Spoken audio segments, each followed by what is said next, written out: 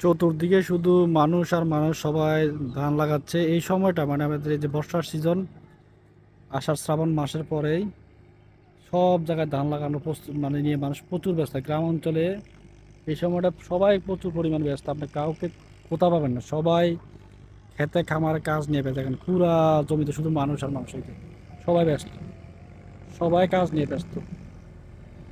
এই সময় কৃষকদেরকে বসে থাকার কোনো সুযোগ নাই, তাকে কাজ করতে হবে, কারণ তার এই আগামী 4-5 মাস এই ধান নিয়ে সবাই আমাদের এলাকায় ব্যস্ত থাকে। আমাদের এলাকায় প্রচুর ধান হয় কিন্তু, এই দেখতে পাচ্ছেন আমি আমাদের গ্রামের সামনের একটা পাতার বলে, এটা পাতারে দাঁড়াই দেখতেছি, দেখেন প্রচুর মানুষ, দেখেন সব জায়গায় মানুষ কাজ করতেছে। আপনি এখন দোকানপাট বা গ্রামের ভিতরে কাউকে পাবেন না, সবাই এখন সব ক্ষেতের ভিতরে সবাই।